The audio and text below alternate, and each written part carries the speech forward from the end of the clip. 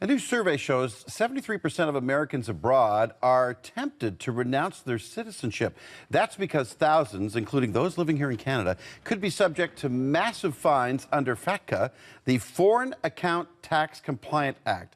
Canada's tax agency shares information about the bank accounts of those holding dual citizenship, and the IRS has been quick to crack down. Now, Patricia Moon lived with that fear for 2 years before renouncing her citizenship.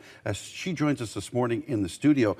Good morning to you. Good morning. So you have lived in Canada since you were 27 years old. That's correct. Married a Canadian. Correct. So how did this come to the point where you're sitting here now, renounced your American citizenship, and have begun to lead a court challenge against this? About 3 years ago, we became aware of a program that the United States was offering, a so-called amnesty program that you were required to enter to report your foreign bank account reports, which means my savings account here, my checkings account, so on, RESPs, anything you had.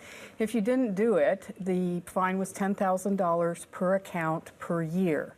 I think at that time it was 8 years that you would have to file. And of course, obviously, I was terrified. I mean, that would have been our entire retirement. Well, and with you, you're afraid of $450,000. That's what that would have totaled up to, right? $455,000. Right. And I didn't figure the other penalties for the other forms. That's just the foreign bank account report. And of course, I owed no tax, and so on and so forth. But the scary part was we didn't know if they would make it harder to renounce, were they going to make the fines worse, and so on. And of course, I was a stay-at-home mother. So all this money was my Canadian husband's hard-earned Canadian money. The only way to make it stop was to file all their forms and renounce. And that's what I did almost 3 years ago now. So you renounced 3 years ago. Would that so that then would wipe clean anything that someone might owe who does renounce? Correct. As long as you take care of the filing. You have to become compliant with all the tax forms, all the information reporting forms, which are like the bank account report I'm mentioning. And then you go to the State Department and you go through a formal oath procedure and all of that. And yes, it does put a stop to it. So you now have a campaign against the Canadian government for disclosing this information to the IRS. That's correct. Previously, you will remember there's an act here called PIPEDA, which prevent the bank from reporting any of your information to anybody, including the CRA. And the banks had to do something because the Americans were going to put a 30% withholding tax on any incoming U.S. funds, not of the customer, but of the bank itself.